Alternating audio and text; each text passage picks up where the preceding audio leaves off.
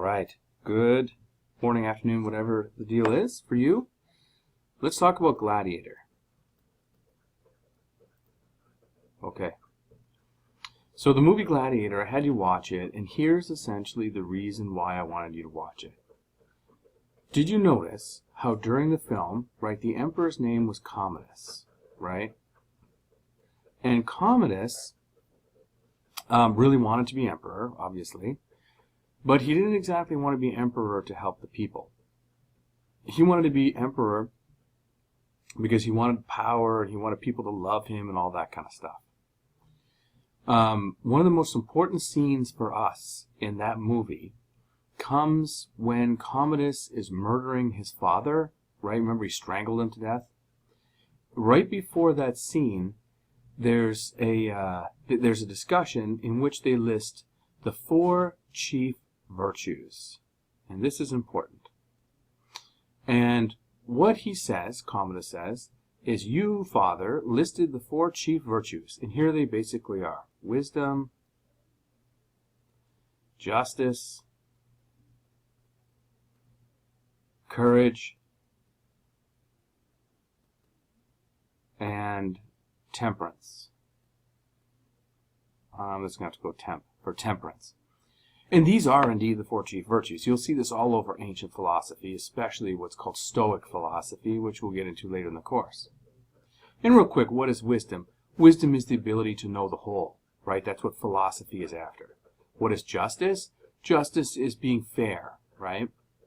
What is courage? Courage is being able to do what you need to do.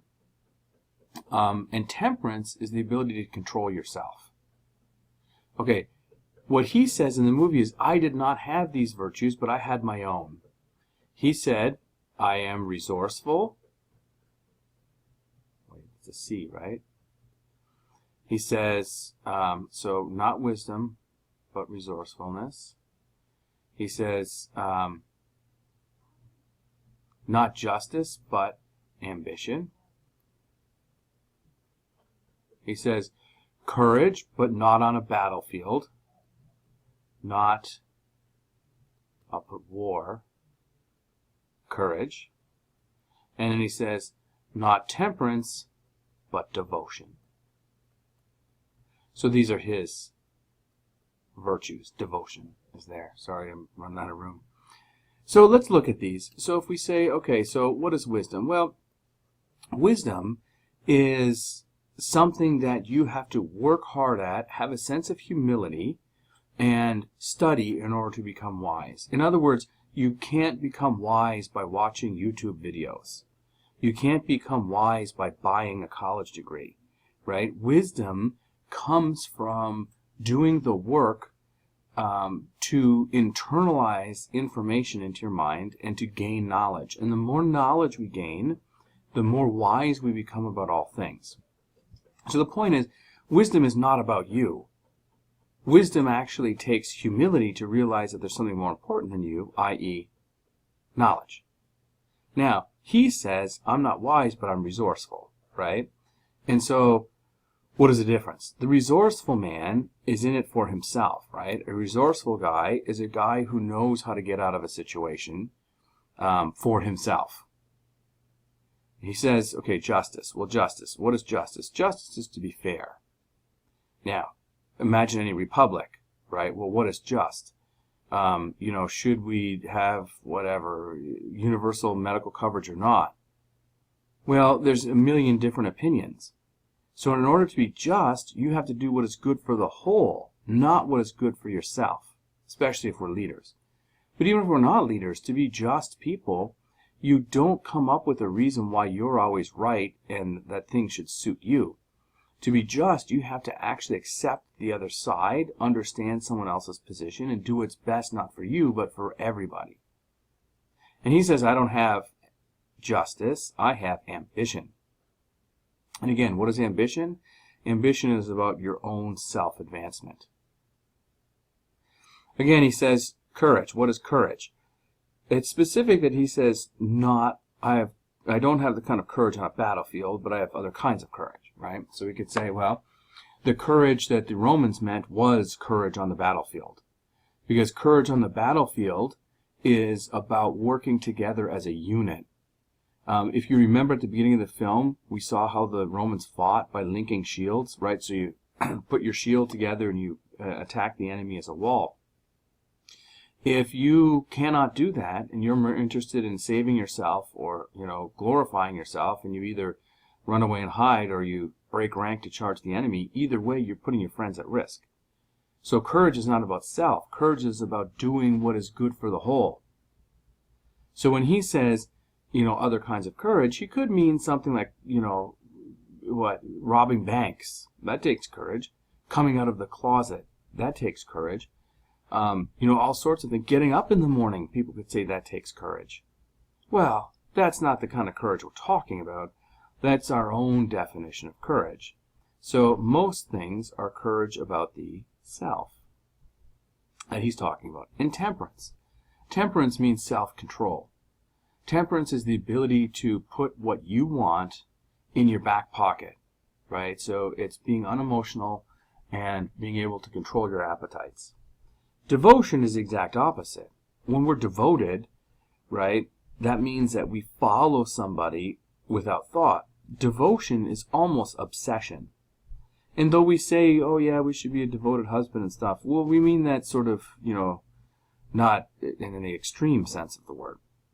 And indeed he was devoted to his family, right? Remember, he wanted to, sleep with his sister, Lucilla. But that devotion also led him to murder his own father. But again, devotion is to self, or at least family, like small things, not to the whole. So notice something.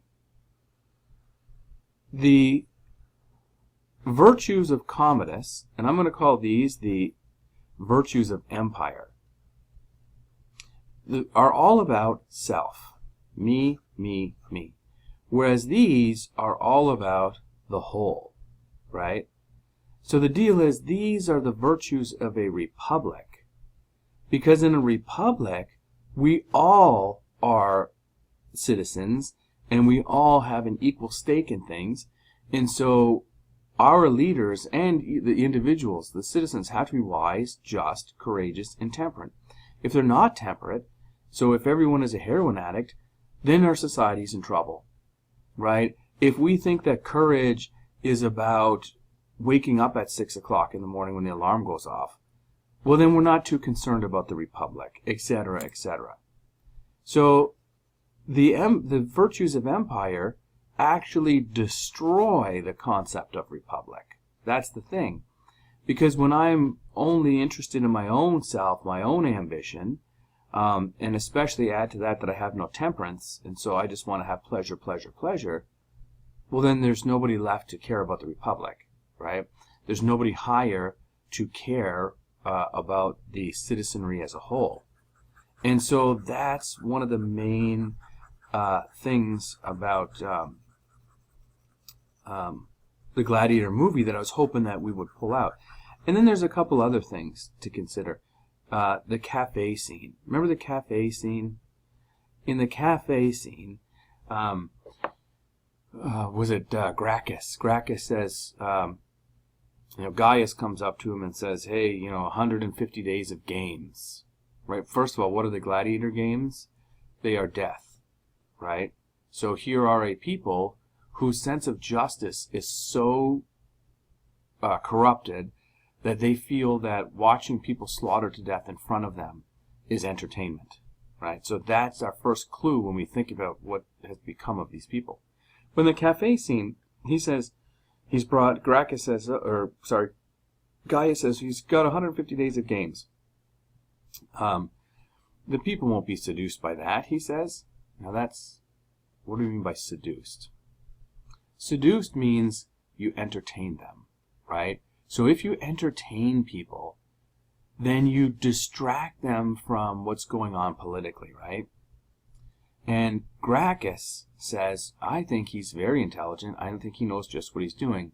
And what Gracchus said was two things. First, he said he knows that the people are not a citizenry, the people are a mob. That's what he says. And then he says, and he knows that the beating heart of Rome is not in the Senate, not in the marbles of the Senate floor, but in the sands of the Colosseum. In other words, what he's saying is entertainment is all Romans care about now, right? So everything has to be entertaining for them. I mean, even education has to be fun and entertaining for them. And when you get to that point, you're now a mob. Because if entertainment and luxury is all you care about, then you realize that critical thinking is just too difficult. It's not fun, right? Math is not fun. Indeed, reading some of these philosophy texts will not be fun. But that's the point. They're not supposed to entertain. They're supposed to make us critical thinkers. They're supposed to make us more, mentally resilient. But the mob is not interested in that. The mob wants pleasure and entertainment. And so what happens is the guy who knows how to entertain the mob becomes king. Because they'll follow him no matter what. Even if he says stupid things that are absolutely contradictory, even if he takes away their freedom, they will still follow him as long as he puts on a good show for them. So that's kind of what was going on, and indeed that's what happened in Roman history. Rome started out as under a monarchy. So in 509 BC, Rome was ruled by kings. Actually, kings. But in the same year, up to 509 BC, it was ruled by kings. But in 509, Rome rebelled, and guess what? They rebelled against their kings, they had a revolution, and they set up a republican government. And what does republic mean?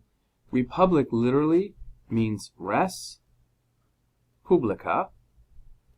Res means the affairs of, or the business of, and publica means the people. So literally, republic means the affairs of the people. That is, the government exists for the people. That's the point. So they set up a republic. That republic lasted a few hundred years until 27 BC. When you're familiar with Julius Caesar, I would hope, and all that kind of stuff, and Brutus and Cassius and Cato. So Rome went through between about 133 BC with the first riots, through a couple of civil wars until 31 BC when Augustus defeated Antony. This whole era was civil war. And it was mainly based on rich versus poor. And the rich people had their champion, the poor people had their champion. And each champion did not like the Senate, right? So whether you're Hillary Clinton saying, we need to do what's right, or whether you're Donald Trump saying we need to do what's right, each side said that they know what's right and the Senate and Constitution need to change. In other words, what you get is a big man, tough guy champion. That's the thing. And that's what people begin to look to. Not the Constitution, it's difficult, but our heroes and champions. And so by 27 BC, a guy named Augustus, who was the last man standing after the civil wars, becomes the first emperor. And that essentially ends the Roman Republic, and from that date on, Rome becomes a tyranny, ruled by a tyrant. So in other words, the lesson to be learned is, guess what? If the people so desire, or maybe they don't desire it, but their desires for entertainment outweigh their desire for things like enlightenment, critical thinking, and understanding politics, well then we are doomed to follow Rome. And that's the long and short of watching that film. And that film, by the way, is historically accurate as a narrative, but not those particular facts, although Commodus and all those guys are real, not Maximus. But anyway, so that's the point of the movie.